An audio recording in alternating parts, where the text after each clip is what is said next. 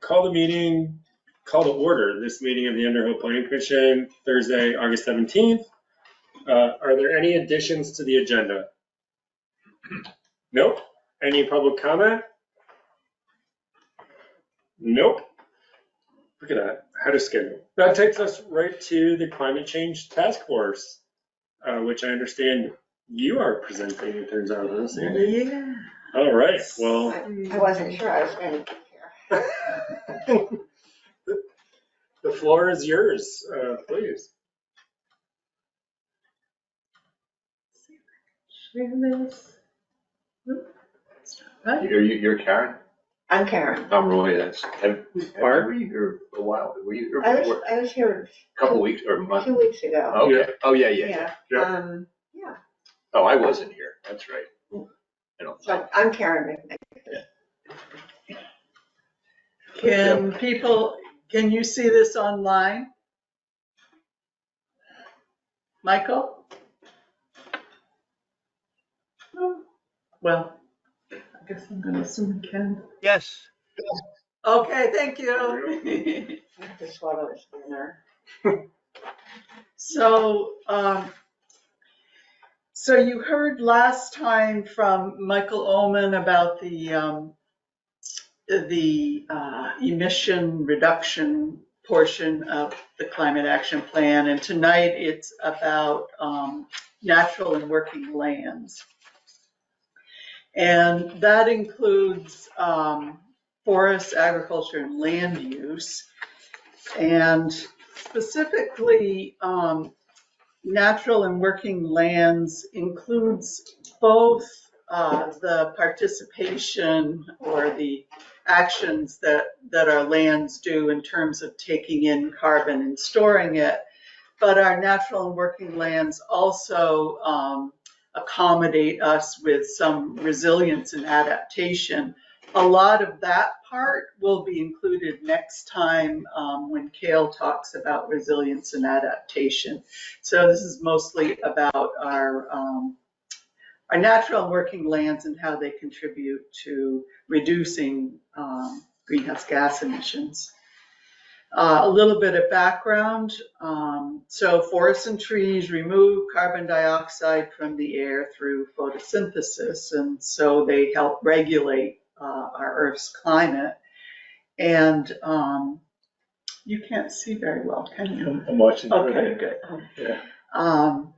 But forests are also vulnerable to changes in climate, which can reduce their health and well-being, as well as ours. So their survival and health may depend on how we manage them.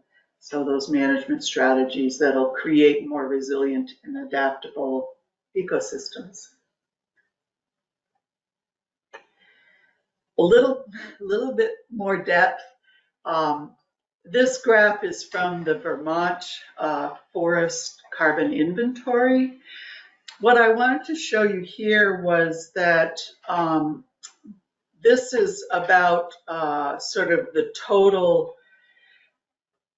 carbon change that happens every year based on different contributions. So everything that goes to my left is negative, meaning it's drawing carbon out of the air, and everything to the right is emitting, meaning it's putting additional carbon or other thing in the air.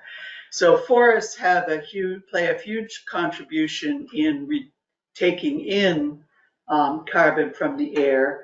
Some of our settlement trees, you know, your lawn tree, roadside trees, they also contribute.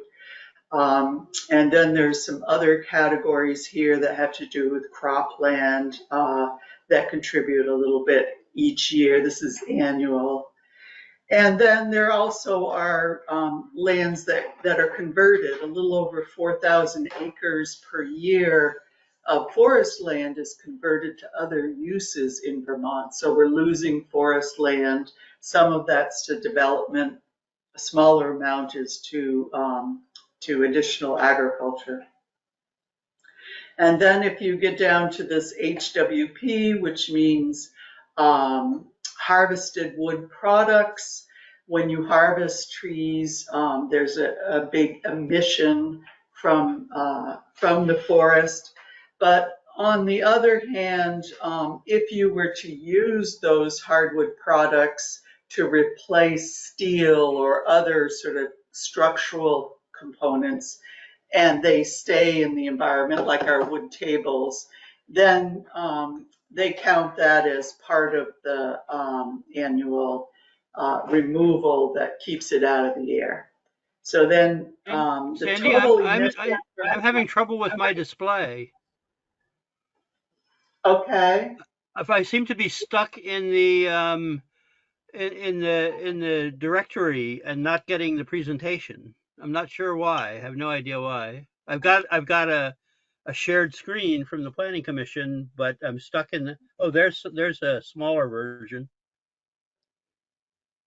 I'm Is sorry to that interrupt. better?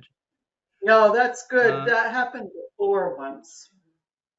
all Can I'm you getting see now it? is I'm not getting any shared screen at all now.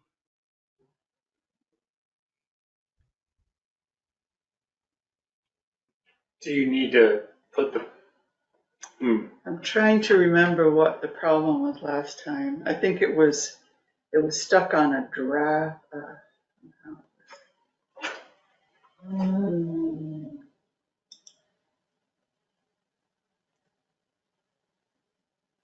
Did you actually share your screen? I did.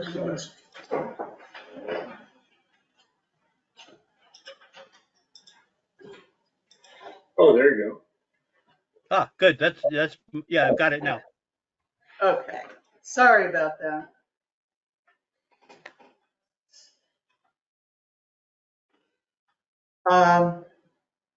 So in summary, then, our emissions for Vermont as a whole emitted into the air is this gray line. But if you include all the contributions that these other pieces have, it's almost, they're sequestering almost half of that which is emitted. So it's a huge impact in our total contributions to greenhouse gases. So it really is important how we manage those lands in the future, whether or not they continue to be sort of a sink for carbon or whether our emissions increase and therefore it becomes an additional contribution to our greenhouse gases. So that's that background. The Regional Planning Commission worked with us on the Climate Change Action Plan to do an analysis of what Underhill has for land cover and ultimately for how our lands are contributing to sequestration of carbon. So this is the land cover data for Underhill for 2019. We did not include the state forest or the federal land there because we don't really have jurisdiction over how it's managed. So we just wanted to look at the lands that are part of private or town-owned lands. You can see there's an awful lot of light green, which is deciduous forests. I have a breakdown of that. So forest cover amounts to a little over 84% of our area. We have about 11% grassland. Crops are about 1%, wetlands about 1%, and then development is almost 6% of our Underhill land cover. So the next step was they took that information from 2019 and they tried to give us an estimate of what our greenhouse gases are that relate to land cover. So two things about this. Forest carbon is taken in or sequestered, but there's also a lot that's stored. And really what we're talking about here is just the sequestration part of it. But we have to keep in mind that it is stored, and it's stored in the roots and the trunk and the branches of the trees. It's also stored in forest soils to a large extent. And then, as I mentioned in the other graph, forests also emit carbon dioxide when trees Sandy's die. talking about energy stuff. Hi. Did If they're unhealthy, or if trees are harvested or cut, or by disturbing soils. So those are ways that it's released back into the air. To measure forests uptake and storage, though, is a challenge because it depends on the amount of area, the types of trees, the growing conditions, the type and depth of soils. So it's not, what I'm saying is it's not a pure science, but in order to get an estimate of that, that's what we're looking for. Hey, Sandy, sorry not to, you may know more about this than I do, but I saw this really interesting. I was at a conference over the weekend, and I'm not a scientist, obviously, but they were talking about a lot of the new science over the last 5 years. Apparently, I actually took a screenshot, I was trying to find it. When you cut trees, aside from that, for like the first 40 years young trees are growing, they're actually, maybe it was the first 30, they're actually emitting more CO2 through respiration than they're taking in. So it's interesting that the state doesn't, it basically takes 80 years after you cut trees, because they then have to work their way back out of the deficit that they built to end up with a Reach that point positive, again. yes, yeah, it was fascinating. Yeah. And it's shocking the state doesn't talk about that. They include it in the calculations. It's just you have to go deep. Down to the footnotes. Well, you have to go into the data pretty deep. It's all classified according to age and size. Yeah, I thought it was like, blew my mind. Yeah, there's a lot to it. So storage and sequestration. What's stored in the soil is mostly in the soil mostly, whereas what's taken in each year is mostly from the living part of trees. So it's the above ground and roots where that is. So just a little context in how the whole forest relates to this issue. Okay, so getting back to Underhill, they looked at forest cover from 2001 to 2019, and that gives us sort of a span where they can look at change over time, which is what you need to do in order to figure out how much it's taking in. So the land base is basically 82% forested, whoops. Yet many areas outside of that have a pretty significant tree canopy, so that was included in the measurements. And they found that Underhill had lost about 191 acres of forest land over that period. So that's the kind of thing that went into the calculations. So here's the annual uptake, the annual emissions, and then the net greenhouse gas balance. These numbers probably don't mean a lot to you, and the negative numbers mean that it's taking out of the air. The conclusions here are that Underhill forest uptake of carbon dioxide is greater than the emissions that our town has the estimates for.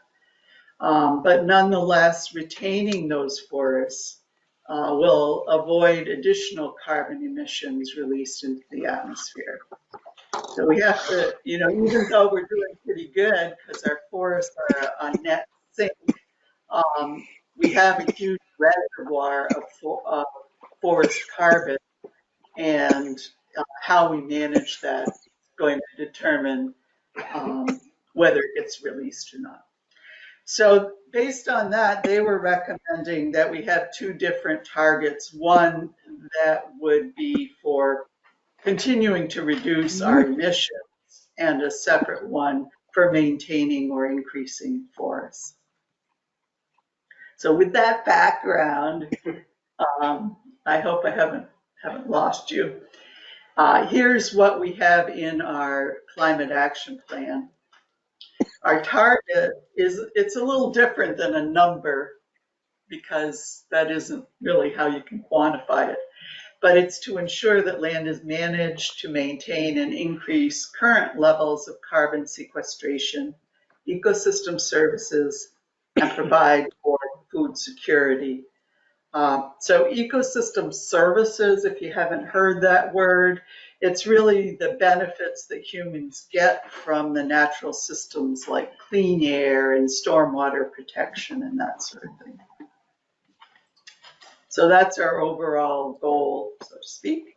And then we have some sort of guiding strategies to conserve forest land and promote forest management that will maintain and increase carbon sequestration, promote ag practices that improve soil carbon sequestration and reduce the use of fossil fuel generated products, support local food systems that would reduce transportation emissions and provide food sovereignty, and implement land use practices that will help minimize forest clearing and preserve agriculture and agricultural soils.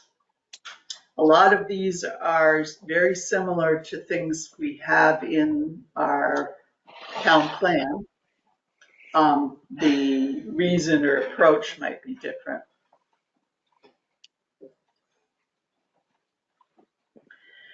The areas that we identified for high impact actions for forests were to keep forests as forests, to update the town open land contracts to encourage forest land carbon sequestration and regenerative ag practices. Right now, I think there were like 70, somewhere around 70 different properties in Underhill that are involved in the open land contracts, but they don't specify, the kinds of practices that you might engage in. It's pretty general. It's mostly just to prevent subdivision. What's an example of regenerative agriculture? Oh, I'm glad you asked. I'm going to get to that in just a second. Okay. Did you guys set that up for it? Yes, that's set up the right way. Good question. Yes. We practice. We have some ideas about ways we can look for grants that might help forest landowners. We think that educating people about the value of forest carbon sequestration, landowners, would help them understand how they might manage their forests to accommodate that. We think that investigating green burial options in Underhill to provide no or low carbon options for burial, it's not totally related to forests, but is another carbon benefit that we can seek. So let's look at agriculture. There's a lot that we can do that will help landowners in Underhill, I believe. And one of the big things is to try to understand what their issues are. So we're suggesting that there be forums for farmers, big and small, that'll help us understand their operations and support their efforts. We think that we should minimize development of agricultural soils outside of the village centers and areas planned for growth, and promote regenerative ag practices. So let me talk about that a little bit.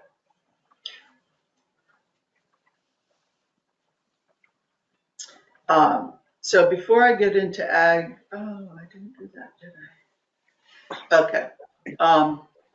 So regenerative ag practices has a lot to do with building soil health.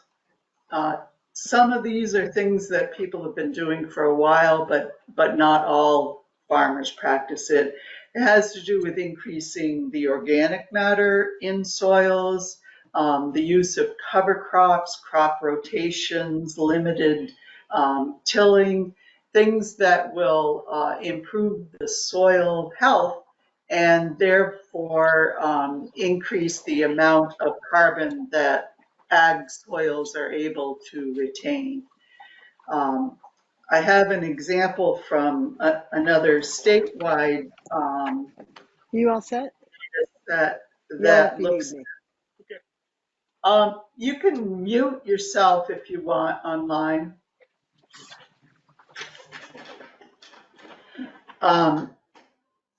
This is a Vermont set research where they looked at the amount of carbon in soils of different above ground use. So here's forests, and forest soils at a large, deep down store a lot of carbon. But cropland and pasture and hay also contributes to that. And wetlands is also the wetland soils, the sediment in wetlands is also a significant storage of carbon. So they're another important way that we can take more carbon out of the air. Did they talk at all about no-till farming? It seems like that's a little bit controversial, like some of the data shows that no-till farming really is beneficial, and then in other systems, maybe not as significant as some of the other practices. That one was the one that seemed maybe a little more controversial, but no-till definitely is one of the things that they suggest, even though maybe it's not the best regenerative practice. The heavy chemical use is the big drawback to no-till. Yeah.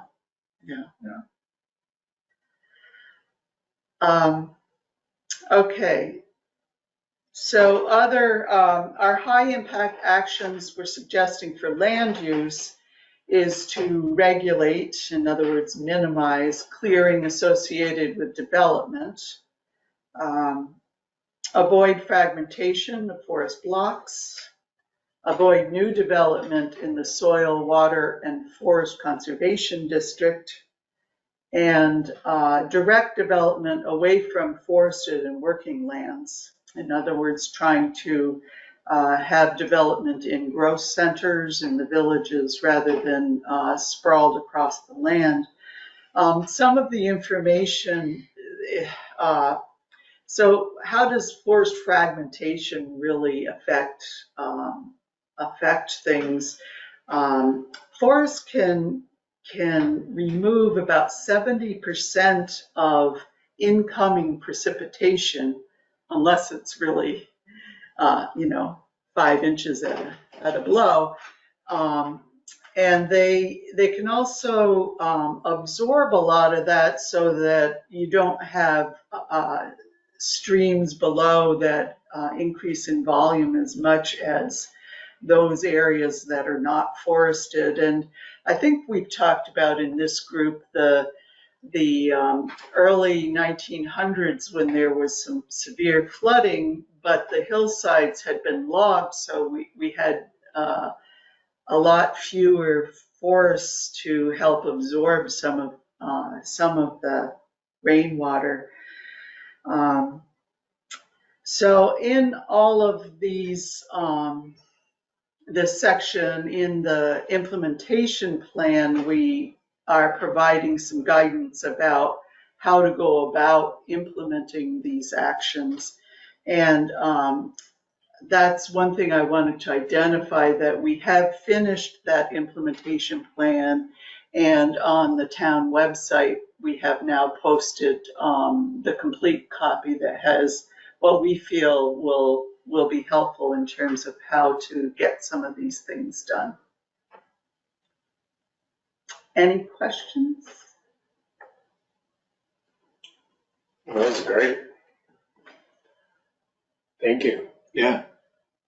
So, like, one question about that, minimize, well, could you pull that last page up? Please, Sorry, maybe. I might have closed that. Come on. Avoid new development in soil, water, and forest conservation districts. So that's the 15 That's the acre. one that's high up. Oh, the okay. hill, Yeah, you you know. can't develop. It's above 15. You can. Oh, Right now, our rules say you can. We're suggesting that we want to preserve that forest upland, then that would be an area to look at. okay. And then regulate clearing associated with development. So, like, you mean somebody already. So when somebody does a subdivision, we should think about regulating what trees they can cut down or how much of their How land. big of an opening? The building envelope. Right. So that would be but that's something that we need to deal with. The planning commission has to come up with the regulations to regulate clearing associated with development would be something that Right. we have to address, or that we think we should address. Yeah. Okay. And that you raise a good point about this whole plan, and that's something that at the next meeting we'll need to talk about is how that, how we pass this on to you. Do you accept it in full and have it like be an addendum to the town plan so that these recommendations then you can act on, because if it's not in the town plan, you can't amend the bylaws to include these things. Right.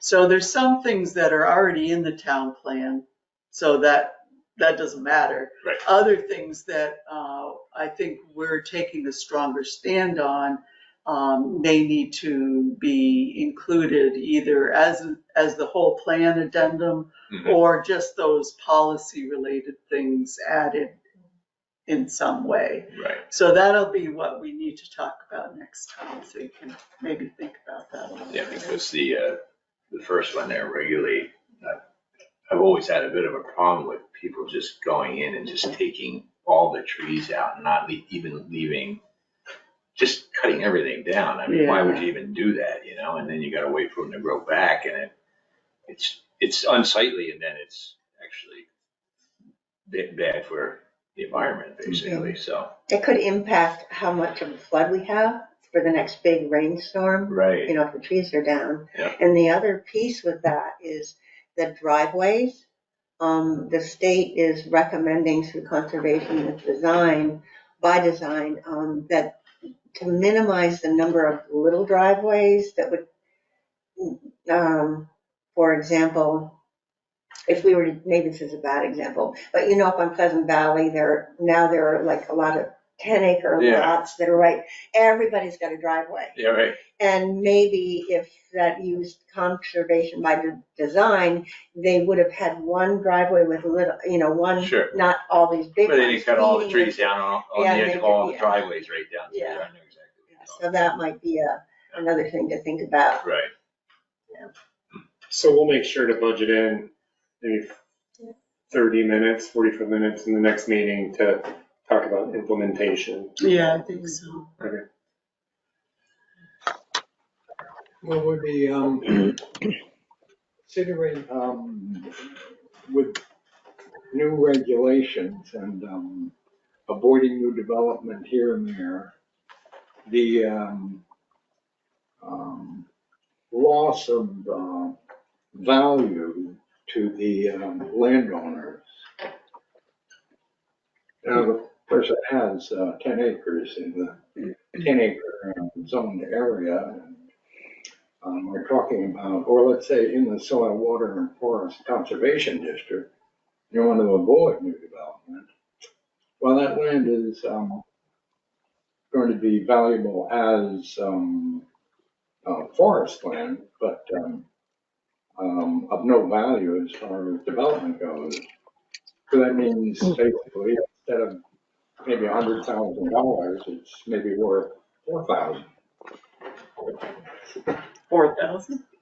or less, Um, if it's preserved forest land. Yeah, we will have to And what is, consider that, but you know, every acre of land is not comparable, you know? no, I know, but and then the question is, what is the value really of saving 30 trees? Actually, I was up on Bear Paw Ridge recently, just looking down on Underhill. It's all one vast forest, basically, from the mountain all the way on to the other side of Underhill and beyond, basically. It's all green trees, basically. And, we talk about, the development in Underhill. I don't know how many permits there were this year for new houses, but, there's not a tremendous amount of it going on. I'm just very, I find it really difficult to implement new restrictive regulations. And I don't know what the real value is in the end.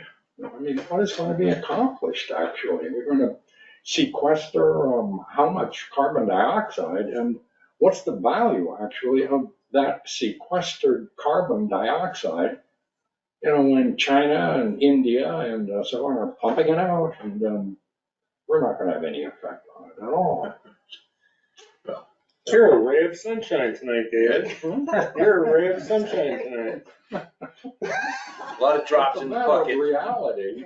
I mean, it seems to me that ultimately the voters of Underhill just sort of have a decision to make about what direction they want Underhill to take, not just for climate change, but what they want it to look like in 30 years. It's a big decision, right? One of the things that got me thinking in two situations. One is I'm from the Windsor County area, and that experienced a lot of flooding in July. I mean, big time flooding. And I grew up in Woodstock, and the houses that are built along the river that have been there for 200 years or maybe 150 years, this time really experienced a lot of damage. So the water came right up to I guess it would be the basement, or some of them had had made a living area, which might have been just a woodshed or something before, and undermined it. And now they're having to either tear it down or fix it. And some of the buildings and sheds that have been there in West Woodstock are totally gone. Yeah. But the point is that somehow things are really changing. It hit me again when I was looking at the news from Barry. And I don't remember exactly where it is in Barry, but there are a lot of houses that are very nice houses on a hill that no one had thought about before, but they're afraid now that they're going to fall prey to the mudslides that seem to be forming. And I thought, well, how do we think ahead to that as a town for Underhill? I mean, are we exposing, is there something that in the future will have so much rain that places that are considered safe are no longer really safe because of the flooding or the saturation of the soil? It was the impact this week, and seeing what was happening in Barry was huge. I mean, we saw it in Cambridge too, but yeah. I'm not opposed to just looking at what sort of infrastructure we might need to add to help insure against that sort of thing. Yeah. That's probably a good idea. So. Well, there's a ray of hope up on Corbett Road, and Lee's still on. I think she's on the line. I'm not sure, but they're going to keep the Corbett Road has been in one section has been fighting and battling with beavers, and the town actually built sort of a culvert over a huge culvert and everything, and the beavers have now started to really flood it. And the choice would be, well, to try to get rid of the beavers or not, and the beaver baffler is Yeah. going to come and build some sort of a baffler that actually works. Yeah, there's one on, right on Irish Hill. Yes, yeah, yeah. It And works really well. yeah, Make tricks the beaver left. yeah, tricks the beavers so that they're going to keep those big wetlands that hold back the water.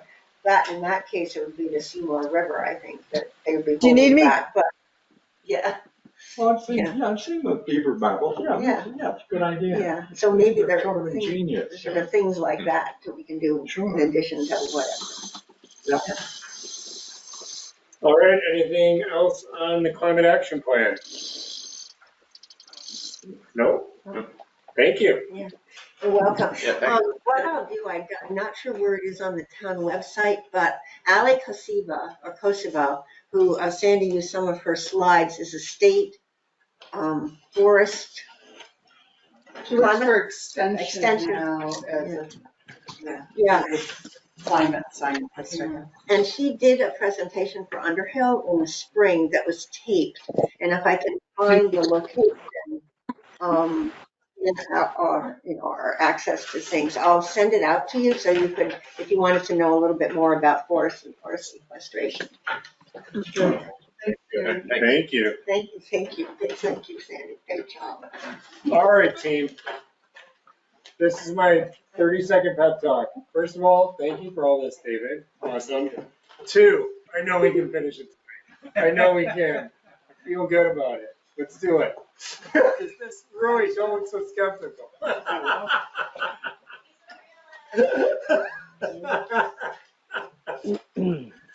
All right, David. The floor is yours. Okay. All right, well, I'd like to just sort of run down the background info that I made for everybody. And the first note has to do with Section A, which I added as a separate section under 4.15, because appurtenant structures should not be subservient to accessory dwellings. It's just wrong.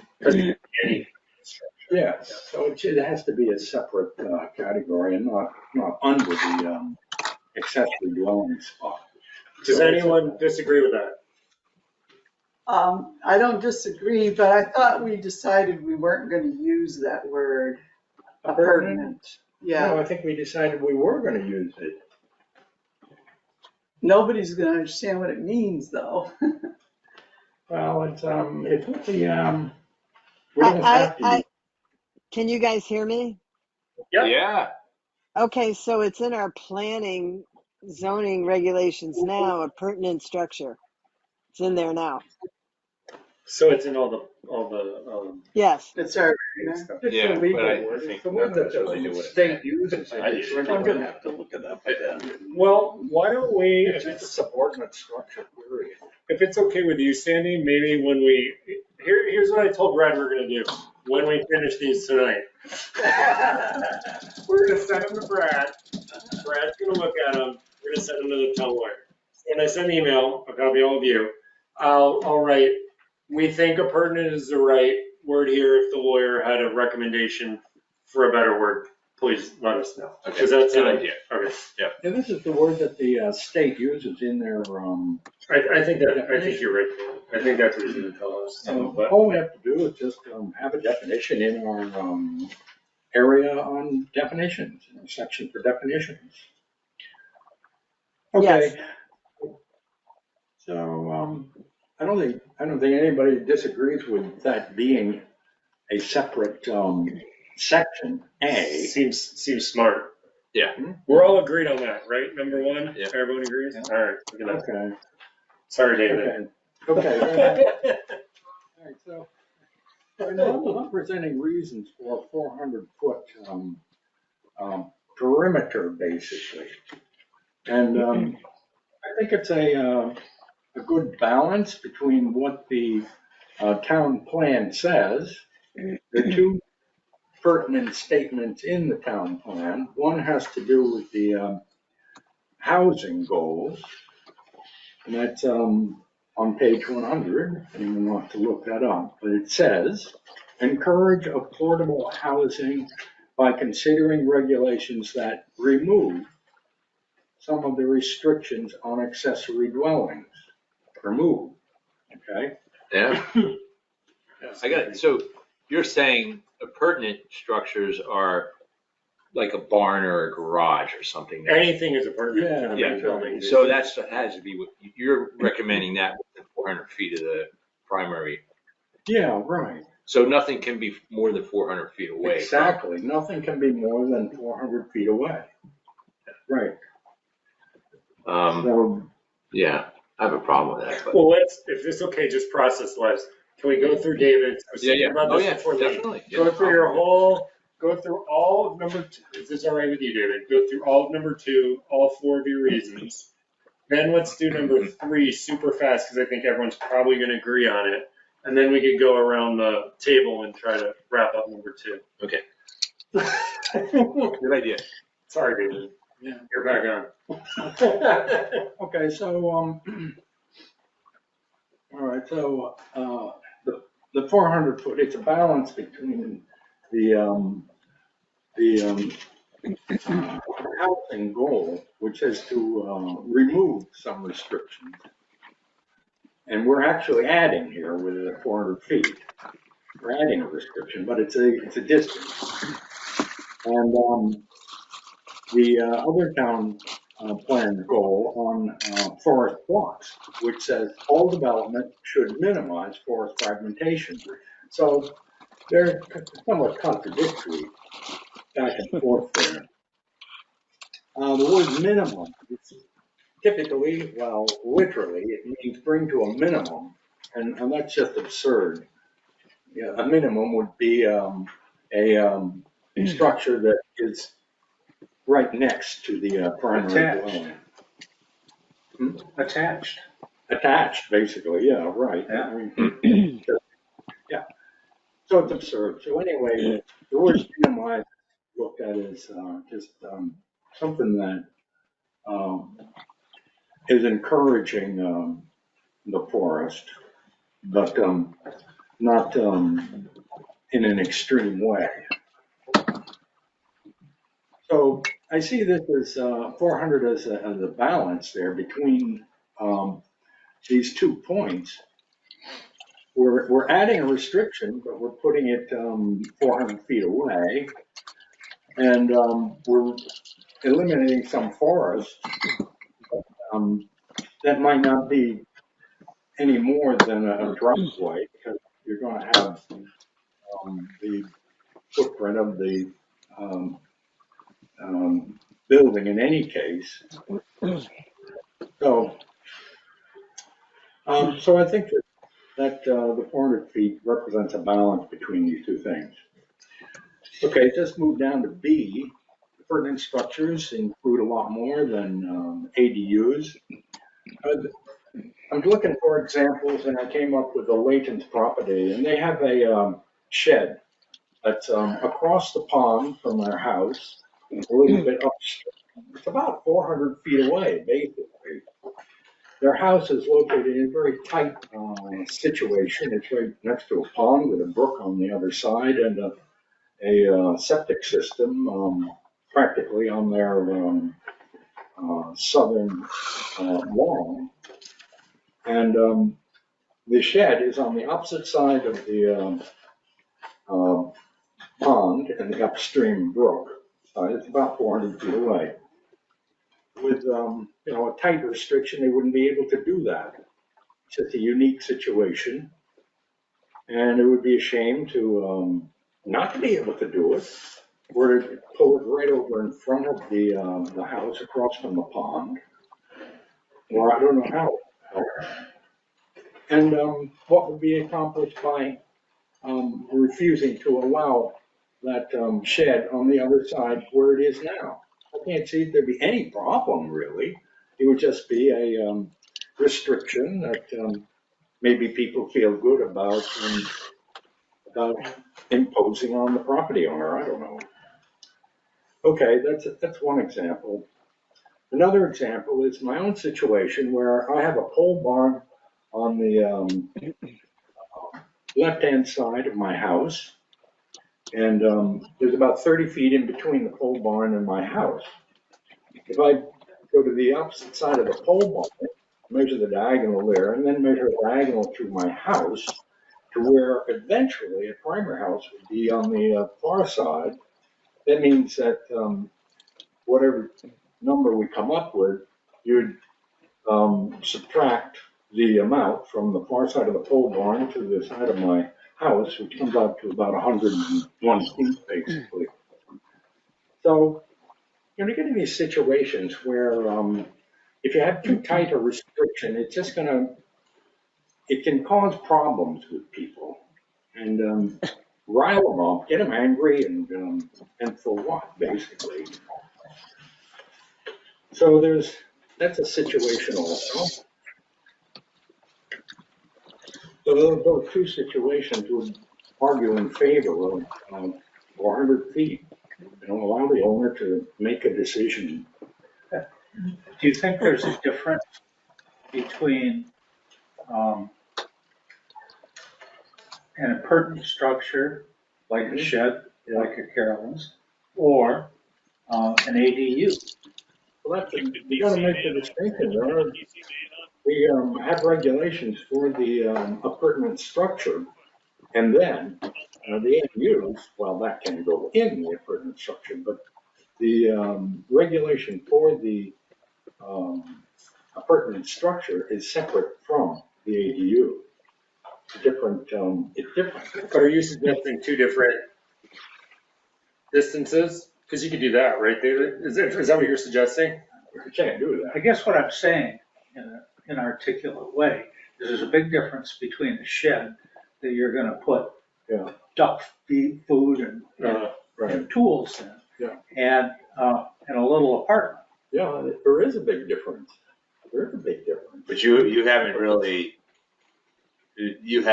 defined, you're putting them all in the same little box. That's what we have to do. Why? Because that's what the state says. The state says. So you're telling somebody that, okay, we're going to change the setback regulations for accessory structures, barn, call it a barn.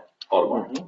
You can't put a barn 20 feet from your property line anymore. It has to be 400 feet or less from your house. That's what you're saying here. 400 feet or less from the house, basically. Yeah. You can't put it 20 feet from the property line like you can now. I don't think the state requires that, though, do No, they? and I think that restricts. No, you can put it from the regular setback. You don't have to put it 400 feet away. I think Roy's saying it can't be any more than 4. So if I have a house here and I want to put a barn 500 feet away from my house, 20 feet from my property line, I can't do that anymore. Now I can do that, but now you're telling people they cannot do that. You wouldn't be able to go 500 feet, no. Yeah, so they're really restricting everything now. It is restriction. And I think you have to, okay, I don't know if we're getting into the debate here, but if anyone, you Well, want. it's okay, because we've kind of moved back to number one. Yeah, I think this is the one that is a sticking point for me, the 400 feet. Because Me too. when you say forest fragmentation, give me a second here. You say forest fragmentation, I can think of 2 people I've had conversations with in the last year. One is like 90 acres, okay? Yep. One's thinking about building an accessory dwelling unit. Yep. And the best place for that is in a meadow at the bottom of his driveway, not 400 feet from his house in the woods, where he's gonna have to cut an acre of trees down, put another road in off of his road, and fragment the forest. The other one is in a 15-acre meadow, okay, and it's the possible retirement home. And the best place for that is 600 feet from their house, but the whole lot is a meadow. Instead of putting it 400 feet from their house where they would have the line of sight to the ADU. So I think two situations where we're just really restricting the possibility of people doing what they want with their property. I mean, I get the forest fragmentation thing. But I think you're putting every. So for me, like if you think that we need to take this forest fragmentation into consideration, perhaps we should just make it a conditional use, the location of an accessory dwelling unit, a conditional use. Well, we can't, Can I ask we a can't do that. Can I ask a question? Just Sure. to unpack, because I think there's two things you brought up in your comment, if I understood it correctly. Yeah. One is 400 feet in connection with accessory dwelling units specifically. Yeah. The other comment I thought I heard you make was, should we have, I'm interpreting a little bit here, but should we have any maybe distance, or it felt like maybe you were talking about separating accessory dwelling units from things like barns as well, or no? Do you think there We're should lumping be? them all together right now. Yeah, I know, but I was trying to understand your comment. Do you have two comments basically? Like, Yeah. why are we lumping ADUs and barns together? Right. And I don't like 400 feet for all the reasons you Right. listed. So there's two, okay. Yeah, the 400 feet just to me reeks of elitism or NIMBYism, not in my backyard. I mean, it's basically, it takes away people's, I'm a fairly liberal person, but it's just taking away the property rights of a lot of people by limiting it to 400 feet. They can't do what they want with their property, Somebody might want to keep their 90-acre lot as 90 acres, but now what do I got to do if I want to build an ADU or another little, I got to subdivide it. An ADU, the permit for an ADU costs like $3,000 maybe. The permit for a subdivision, and you're talking $10,000 or $15,000 just to do a one lot, maybe more than that. I don't really know what that might be. So you're talking about really restricting somebody's ability to do what they want with their property, and also you're really,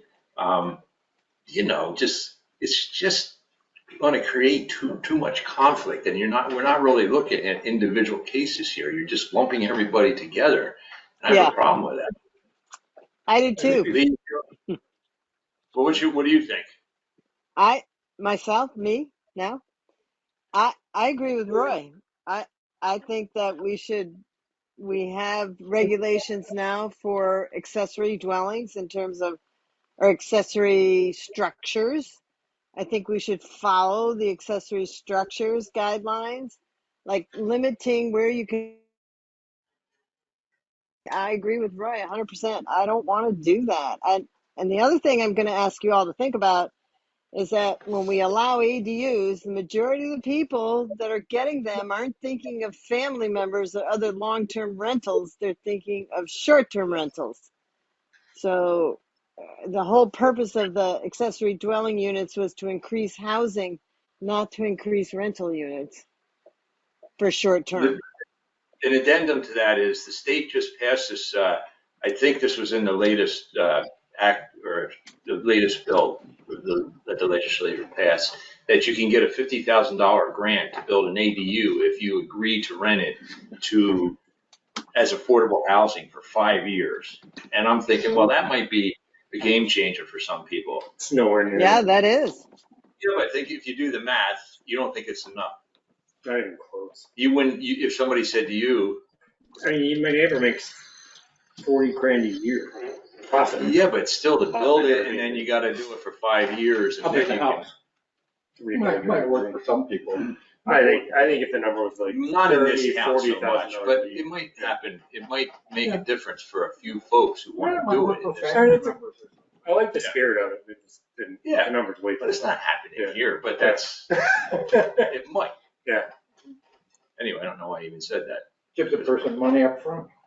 I excuse my ignorance, but as far as the town process and the potential of having to go in front of the DRB, and what's looked at if you're gonna do an accessory dwelling that was way on the far corner of your property, and is forest fragmentation considered in that No, approval, not or considered like now. ag lands, like Act 250 would take into account all those. No, it's not. like wildlife habitat. They might actually, I've followed a few examples where they've asked people to have an assessment by an environmental Yeah. person that might include whether or not, it's a wildlife corridor or something like that. But I'm not sure what they'd say about it if it was found to be significant, Makes the DRB's life hard too. Like I feel like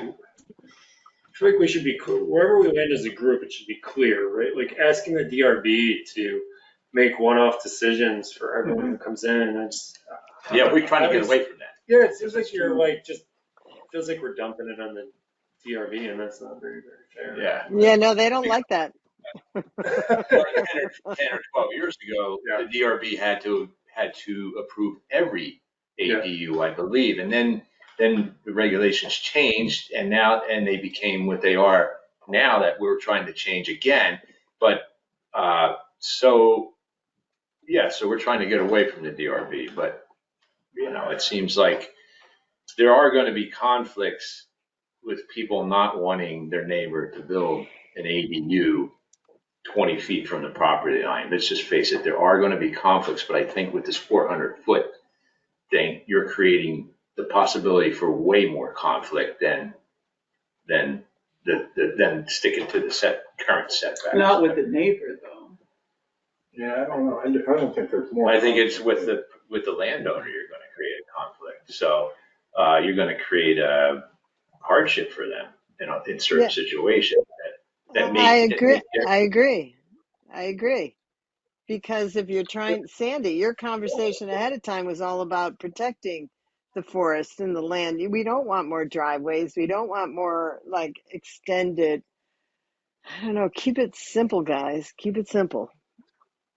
Yeah. Well, how is not having a 400-foot limitation, how's that better? Because every situation is different. You could drive Then the through. DRB has to decide every single example. No, you don't. They don't have to. Oh, Right. You go right now to get. I disagree. I think we have regulations set up now for accessory. I'm not talking about accessory dwelling unit, accessory structures. I think that the whole idea, if you're trying to prevent forest fragmentation and overuse of the land, that you allow it to be as simple as possible. The majority of people that are building accessory dwelling units are building them to be far away from the main house. Most of them some of them are doing it for family reasons. But the thing I worry about the most is ADUs becoming short-term rentals. That's my biggest concern. So if an owner wants to keep a unit within 400 feet of the house, it's more likely that they'll be happy with a short-term rental being further away from the house than being closer to the house. And trust me, the neighbors won't like the short-term rental anymore. So I agree with you. I'm not clear on what you're saying, though. If we put a 400-foot limit, so the ADU has to be within 400 feet. If it's a short-term rental, people would want it further than that. They wouldn't want it restricted to 400 feet. So I don't understand how this is helping keep them more long-term apartments rather than short-term rentals. So, Sandy, not- let me put it to you this way. You have a house. You're trying to, your goals are conflicting. You want to prevent forest fragmentation. You want to prevent things from being cut down. You want to help in terms of, preserving our environment. So the idea would be to keep it closer to the house, not further away. So Exactly. I still say, So I still say that the majority of people putting ADUs up do not want it to be excessively far from the house. So you're saying you want the 400 feet, Lee? No, I'm saying I don't. I want it to be the same as accessory structures. Which And could put it at the house. Accessory structure could be anywhere. It could be Just has to accessory honor the setback. structure is, Presently, could be it can 20 be. feet from the proper, Sorry. in the 10 acre and 15 acre zoning, I think it's, what is it, 40 feet from the property line? 40 or 50. So you have your property line, you put the accessory structure or ADU 40 feet from the property line.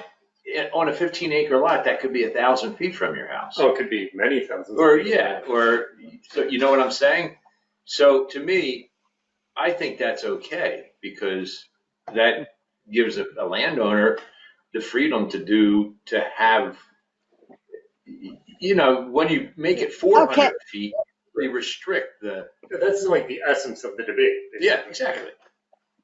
So I think you're also- my other point is that the majority of people that are building ADUs, I mean, if they wanted to build a structure that far away from their house, they would subdivide their land. I just don't see the need to add any restrictions. I don't Yeah, know. I That's don't know. my I point of think- view. You can move on from me. I think we're talking about a very small sliver of any of the property in town to begin with here, so, Yes.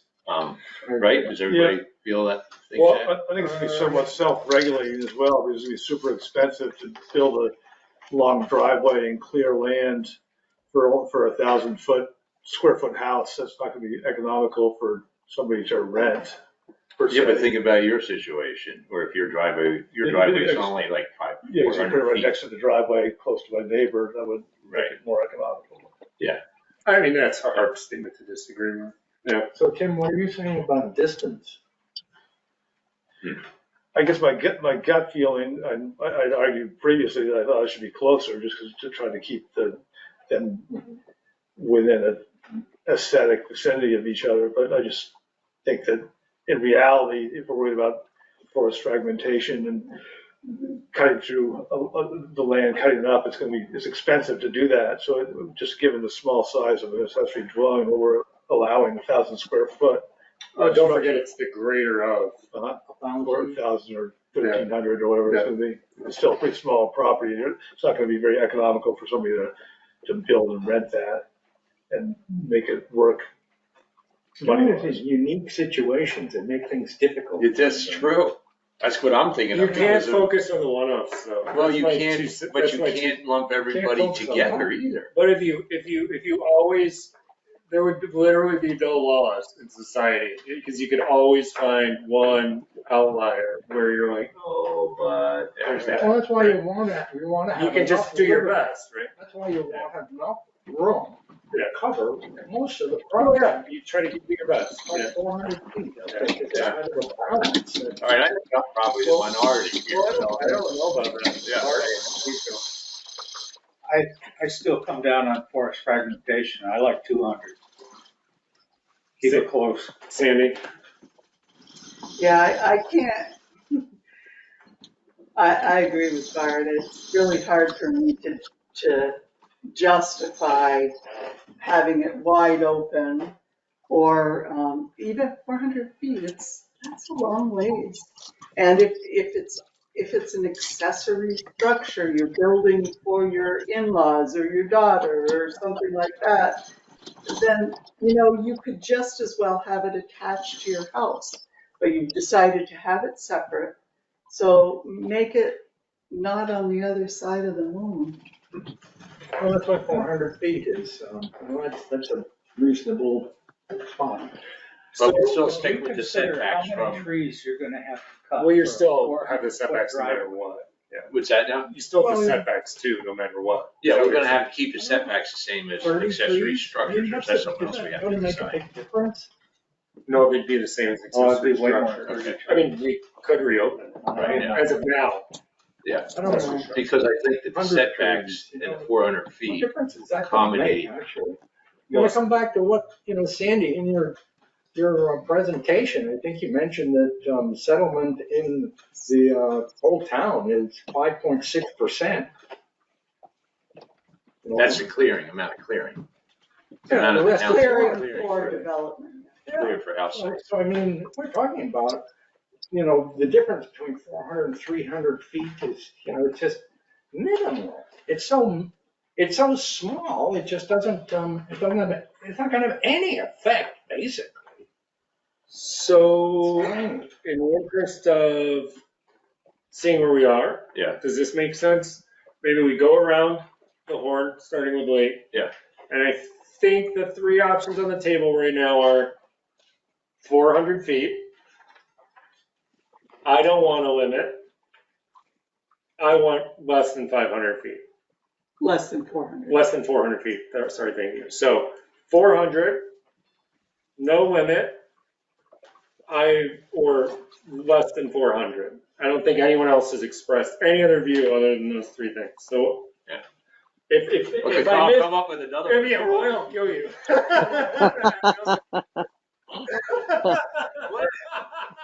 So let's.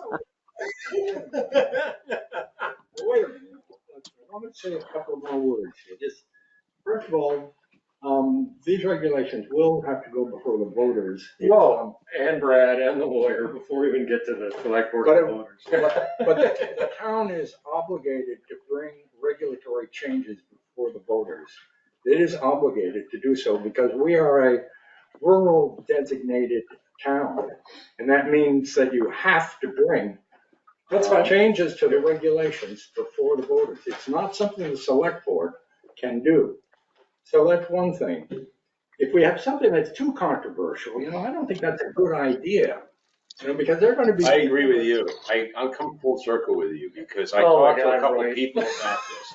About voting on it. I think the town needs to vote. Oh, I thought you meant I on the really 400 do feet. because I've talked to a few people about this and they're like, well, I think we should vote on it. I think you need to vote on it. You just can't let this select board sign off on that. They've gotten in trouble in the past signing off on things without any. Well, they can't do that. Brad Right. already told me that no matter what, the select board was gonna, it's a moot point because it's going to the voters. So Yeah. it's a recommendation. There you go. End of conversation. End of conversation. Well, And so it's 7:13. I think it's best, that we. We're not done yet. The wisest thing to do is to present something that is not going to rile up one side or the other too much. And nobody's going to be perfectly happy. That's the That's virtue true. of a compromise. Yeah, I'm not going to be So, perfectly happy. That's we, have something that allows everybody to feel, well, I'm not totally happy, but yes, I can get along with that, And so But that's. let's an argument remember, in everybody favor. understands your definition of 400 feet. It's 400 feet Ain't no from whole one corner of the house to the far corner of the Right. ADU. So the diagonal of the ADU could be 50 feet, so Yeah. it might end up being 350 feet That's between it. All right, now let's Right. see, can we see where we stand? Because I Sure. have a feeling we don't have a majority and we're gonna On have any to one thing. do another, Yeah. seems obvious, right? Right. Yeah, so unless Lee surprises me. Lee, do you want to be 400 feet? Well, this is not final, this is a poll. 400 feet, no limit, as far as you want, or closer than 400 feet? For the ADU. I don't want to put a limit. No limit. Correct. Did I hear you correctly? No limit. One for no limit. Sandy. Less than 400. No limit. I was thinking less than 400. Less than 400. We're not, okay, we are gonna have a Less than 400. 400. I'd go less than 400. So that surprised me. Oh, actually. my. I thought Carolyn's here. Can you hear me? Can you hear? Carolyn, I hear you. Carolyn. Okay. Oh, right. Less than 400 feet. Oh, oh my God. Now the tide is really turning here. Yeah. All right. So, I only thought about that first step. So I guess the next step in this process would be, Well, Lee and I Trying to would find- obviously vote 400. well, you would try to vote, yeah, now we have to try to find, you want to get as close to 400 as possible. I just- So, let's go around, let's do this. Let's go around the room, throw out like, in the interest of finding consensus, so not like 50 feet, please throw out a number that you would be comfortable with, given where everyone was last time. I'll start with you this time. 400. 250. 400, 250. Oh, or compromising. 200. 200. Yeah. I'm gonna skip for now. See where we are. Sandy, Lee, 400? Less than four, sure. Okay. What? And, Sandy, 400. Question. So if it's the corner of the house to the far end of the building, Yep. and it was 200 feet, what would that make the actual distance between the two buildings? If you could go 50 feet. between the diagonal, subtract the diagonal of the ADU, which could be as much as like 30 or 40 feet. It'd be about 30 or 40 or Yeah, so 35 it'd be So if you said 250, then it could be closer to 200. 220, yeah, something like that. All right, I'll go with 250. Okay, so, Oh, man. well, Carolyn I feel- says Hey. 250. oh, sorry, Carolyn, sorry, I'll sooner or later remember that you're on, my apologies. Okay, 250. Okay, so let's just say I said 250, because whatever. So now we're at 400, 250 with one person at 200. So the question, was that you, Bart? I'm sorry. Yeah. So the question is, and I don't know how you feel about this, Bart, I don't want to speak for you, but is there some number we could zoom in on and we could, figure out if everyone's actually happy with this at the end? 350. Yeah, like between 250 and 400, is there some number, like just 300 feet, just 350 feet? Is there something people, anyone? I think it's just I mean, I could just keep taking a poll with different 370. people. I'm not sure either. I really think it's a bad idea. Nobody's gonna change my mind on this one. I'm regretting. We're only bringing starting this up. point. What's that? We're only starting. We're actually I'm the might guy that get brought to this be, up, and I'm not happy. we might actually get to be done up there. I'm gonna leave pouting. That's, well, as long as you leave with a consensus and pouting, then all right. The difference what- between these two numbers is 325, which is an oddly specific number, but, could people be comfortable With 300? with the 300 number? With what? 300, 320, the actual middle is 325, but I think 325 is a very odd. How about 300 to the nearest corner? Corner to closest, 300 between them. Well, no, there's a problem with that because people Yeah. do funny things. Like you will have a walkway that's connected to the house that runs towards the primary dwelling. That's part of that structure, especially. The walkway's not part of a structure. The structure is a footprint, and is a foundation of the structure. 325. Let's play games. It is. It's Run a a foundation, basically. Yeah, foundation. I don't know. Foundation of yeah, that's. Here's my proposal. Straight can down the live with- middle. I can live 25. with 300. I can live with 300. Who, well, I already know who can live with, I already know anyone who's below 3, well, no, I don't know that. Lisa, Carolyn, could you live with 300? No. Carolyn says no. Don't. I think. So, what was that last one, Carolyn? You said yes or no? Sorry. But no. You said yes. Oh, that's 2 yeses. I Sandy. said no. Oh, you said no. I Oh, said my no. goodness. Oh, sorry, Carolyn. Sandy. No? Yeah, I don't want it to be that big. Right. Live with 300? Yeah. Sure. It's 2 yeses. Yes. Well, I mean, I want it to be I go done. I don't 300. want one, but if I had to vote on Yeah, but if we don't 300 agree, versus 400, Bart, if we don't agree, I would go to it gets 250. done. So no. what's that? Nothing gets done. David, could you live with 300? David likes 400. I know, but that's currently Let's not, add 'em all up. that's currently not an available option. Well, and Are you abstaining? no, I'm not going to say. Never abstain.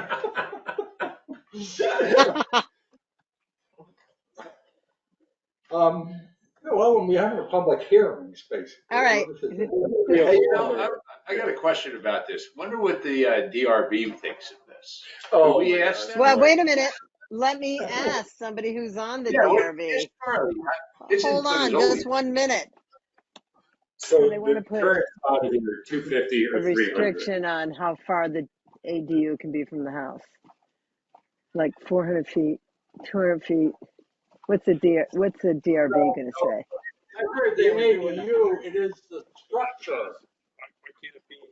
It's an ADU. What are you talking about? Well, it's any structure, and if you've got a structure that's off 200 feet and you want to put the ADU over What? that side, Yeah, you're stuck. yeah, Here you go. yeah. My What do you exact think? same argument. If you had 50 acres and you didn't want it right next to your house and there was a meadow down the end of the driveway, that would be a better place for it. I mean, So you're screwed. I have an opinion from a DRB member. Do you want it? Yeah, Yeah. I think Roy heard it. Go ahead, tell him. What was it? So what Charlie said was, like, we'll take Edgemont up off of Mountain Road.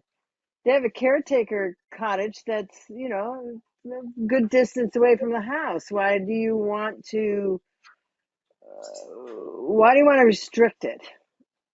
Let the person who owns the property put the ADU where they want it. Yeah. I And that's don't think, I really don't think, we have not had a lot of issues with this. I think Yeah. I think it's being overthought a little bit. I get why, but I think the majority of the people that have an ADU have it for a reason. And if it's a caretaker's cottage, that's different than a rental unit. A rental, so I don't know. I'm not remarkably in favor of any kind of area of restriction, but you wanted a DRB opinion, and I just asked him. He's right up here. Smile, Charlie. Sorry. All right. Well, we need to get, well, I guess we don't have to, but I mean, it would be nice to get to consensus on this.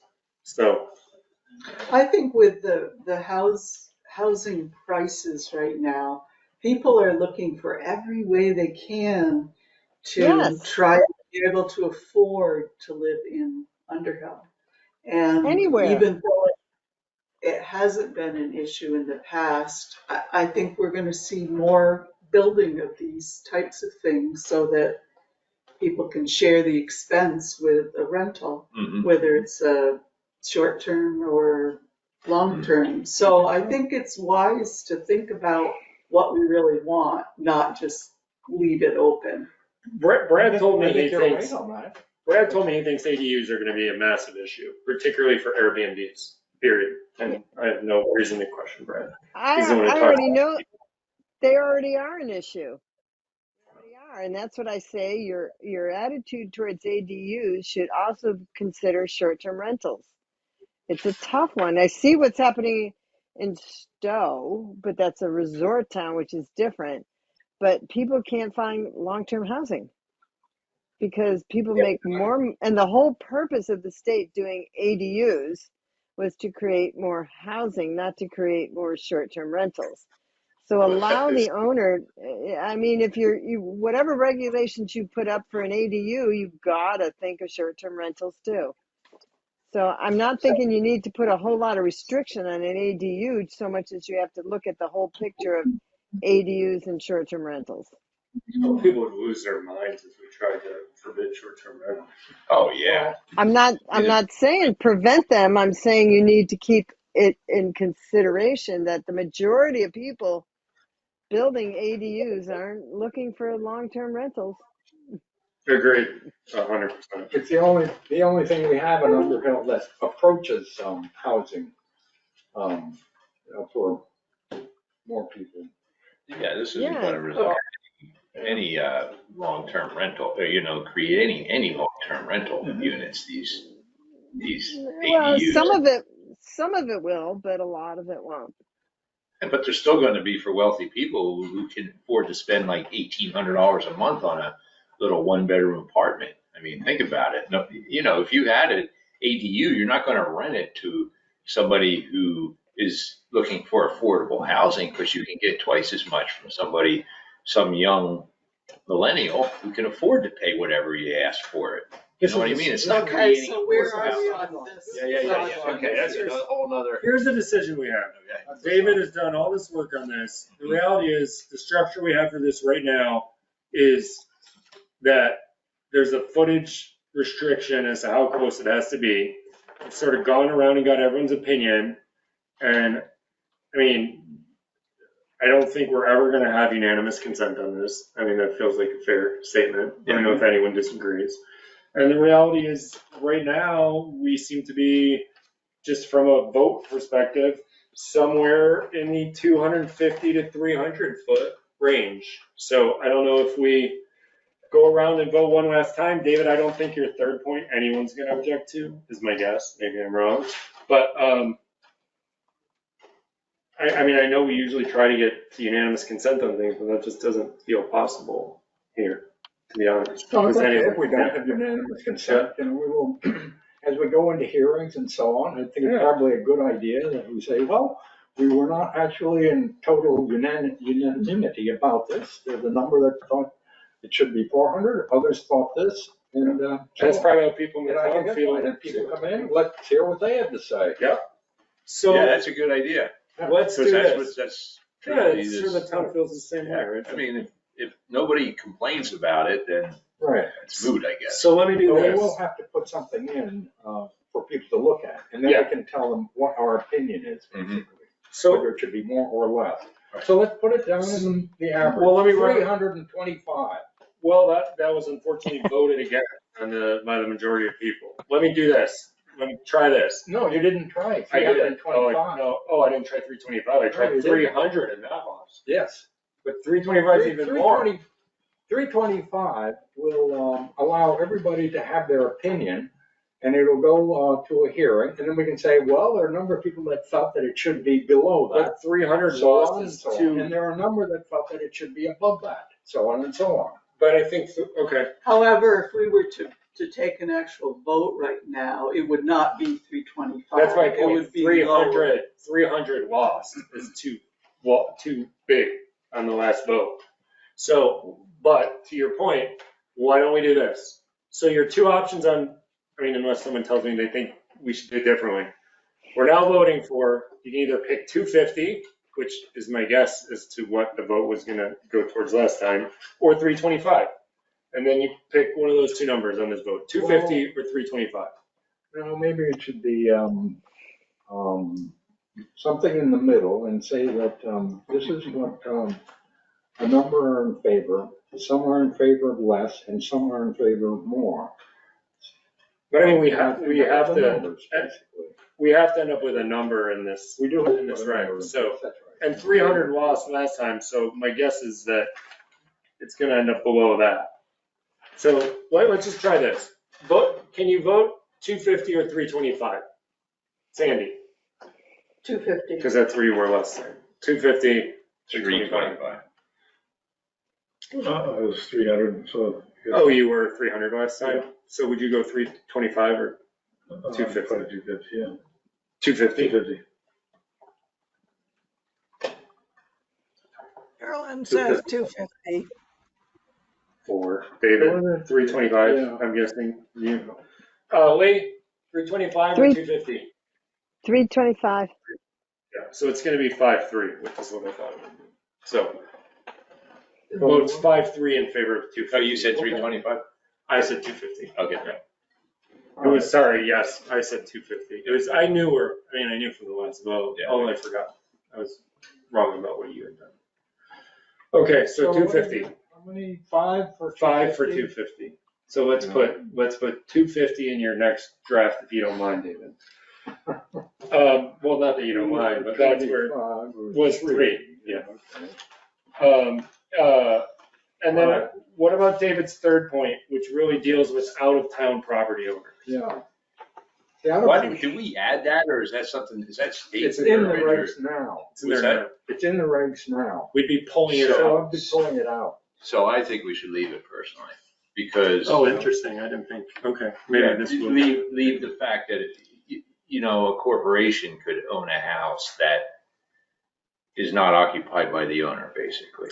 A third entity or. But then Well, let me just ask a question, because like, let me use myself as an example. It's not like it's not public information, right? Well, our trust owns our house, right? Yeah. For estate planning purposes. Yeah, right. But because I live in it, I'm the, I'd be Trustee the, too. yeah, well, or I'd be the No, I have- agent. I have a trust too, but I think it's, you're treated as an individual. Oh, yeah, because it's a pass through. I mean, Yes. Yeah. Never mind. Well, wait, so what's your objection, Roy? So this is a corporation where the person does not own the person doesn't reside in the house. Right. See, it's I giving. think we it's should giving- leave that. You want to get rid of it, so. Well, I would get rid of it personally, but that's not. Because you want the owner of the property to live in the house. Well, this is why I would get rid of it, because I like we're David's. giving an extra advantage to some outside entity. If they want to buy something in town and set up something, let them go through a regular condominium approval process. The ADU is something that's provided as a kind of a special thing for the owners of a primary dwelling. So I'd say leave it that way and get rid of this, and then let the outside interest go through the regular process. Which would be what? Well, they I'm- might have to go away. Yeah, leave. Well, I, you might have to go. I'm, yeah, I'm kind of with David on this one. That's where I come in with short-term rentals. You have somebody who doesn't live there. They have a house that's a rental. Now they have an ADU that's a rental. Why is that Just bad? causes, well, it's called party houses. Party I mean, houses, well, is well, that so gonna, you have two ADUs. There's no homeowner there, and they rent it out to more people. I see it all the time, and it gets up. Yeah. In my own neighborhood, we see it. So See, if they could, if some outside entity wanted to do some kind of similar thing to an ADU, that would be turning a house into a duplex, for instance. They could do that, but they have to go through the regular process. That would not be a accessory dwelling process where it's a straight permit. So just have to go through a more complicated process. Basically, you get basically the same thing. So just to see where we stand, we know where Roy stands, we know where I stand, we know where David and Lee stand. Carolyn, just because it's 7:33, Carolyn, are you in favor of David's number 3? Which was ownership? I was a little, It would it's a little basically make it. I prefer that, that ADU should be by a home occupation. Okay, so you're in Owners. favor. Yeah. Okay. Sandy? Me too. I want the community to be a community, not outside entities. Yeah. Don't have to be getting into it. I think you're going to be in a minority. I know. That's where it's all coming. Bart? All right, so Yay! unless Roy really wants to go to the mat on this one, I think you lose that one, Roy. who's gonna regulate this one, right? Who's gonna be in charge of? Just like everything. We need Yeah, to, nobody. we need to find someone who's like retired and not, maybe they're camping sometimes, but here sometimes, like Roy Dumpy. All right, ADU police. we'll get you a sticker for your truck and everything. David, do you mind sending around just a final draft to everyone? Yeah. Thank you. Yeah. Is there anything else? Yay, David. Yay, David! Thank you, David. Okay, so I am going to, when we get David's final draft, I'm going to send it to Brad. I will copy everyone on the planning commission. I will mention these notes. I will mention the difference of opinion in distance. So everything's full disclosure, and we'll go from there. Okay. Sound good? Couple points before we do a Yep. adjournment. This is brought up by Brad, and one of them is a problem that has developed with the tiny house situation. Oh, that's why that stuff was on the table. Got it. Yeah, the tiny house conflicts with camper definition. Okay, And there's a house that has wheels on it Okay. that someone complained about okay. being a tiny house. So tiny house, okay. Is it a tiny house or is it a camper? And somehow they are not clearly distinct from one another. So Are you We should treat them the same. Use camper like a trailer, travel trailer, Yeah. So like let's an do, Airstream, like an Airstream. An RV, yeah. Yeah. so let's do this. I will put that on the next meeting agenda. Anyway. Everyone maybe I thought there do, was something in the regulations about tiny houses. Yeah, there There is. was too, yeah. There's a definition on tiny houses and then on campers, but they conflict with one another. Campers are allowed a certain amount. Tiny houses are regular dwellings, but the definition of it conflicts with campers, which are allowed to be. Occupied 180 days a year, or half the year, basically. You can drive a camper on your property and you don't have to get a permit for it. And basically. somebody can live in But you it need for a half a permit year. for the tiny home. Right. so, It's got wheels on it. Yeah, this is it here. This is a picture of the tiny home. Is it a tiny home or is it a camper? all right, I have It's got the, wheels on it. I have the Or is definitions it a mobile pages. home? I'm gonna scan these Yeah. Okay. and send them around with the next meeting agenda, so we can all be We've got to prepared. clear it up. Excellent. anyway. And a Thank you. mobile home, you can't discriminate against. I think the thing is, if the mobile home has wheels on it, we're gonna have to allow it as a camper. We'll all Take the send, wheels off, it's now on the property permanently. all right, I don't know how else you can get around that. all right, well, Mike, It's But we Mike, gotta called do- septic and water. David, So, septic and water regulations, tiny homes. It's no different than an ADU. all right, so our next meeting agenda is already filling up. Thank you, everybody, for doing the work. September 7th. Wait, hold on. September 7th, correct? Oh, for the next meeting? Yeah, Yeah. that sounds like it'd be right, yeah. Because it's the next, 2 weeks is the 31st. Yeah, so yes, it would be September 7th. We only do the first and third. If there's a Yep. fifth, we get bonus time off. All right. Alrighty. Thank All you. right. Short, quick question. Yeah. So these regulations or these We suggestions lost Carol. Yep. from the state, saying that this town should have the ADUs, is this a requirement that's being pushed down from the state, or is it something that's voluntary to be accepted by the The town? state is pushing down certain ADU rules. So what we need to do is send this language to Brad, and then Brad's gonna send it to the lawyer.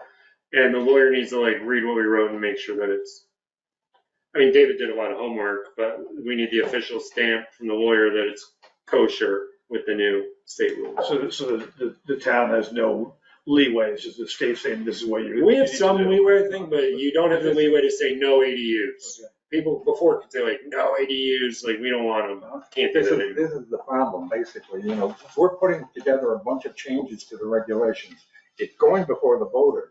We're also in the same time, making our regulations compatible with the new law, basically. Right. If it's voted down, you can't vote down a state mandated thing. You'll just have to come back with the specific changes that brings us in line with the state. I think that's what Right. happened. Yeah. I mean, hopefully everything goes through me. It Yes. seems contradictory. Amen. It's contradictory that they're trying to accomplish more housing when they're not really doing that, just like you said. It's crazy. Yeah. Yeah, I agree with that. The whole thing. It doesn't work for resort towns, right? Right. They're just gonna all be Airbnbs. Anyway, can we get a motion to adjourn? Roy, Adjourn. all second. Second. Tim, beat you, Bart. You're tired from that sailing boat. All in favor? Aye. Thank you, everybody. Bye, lady. Thank you. Bye. Bye.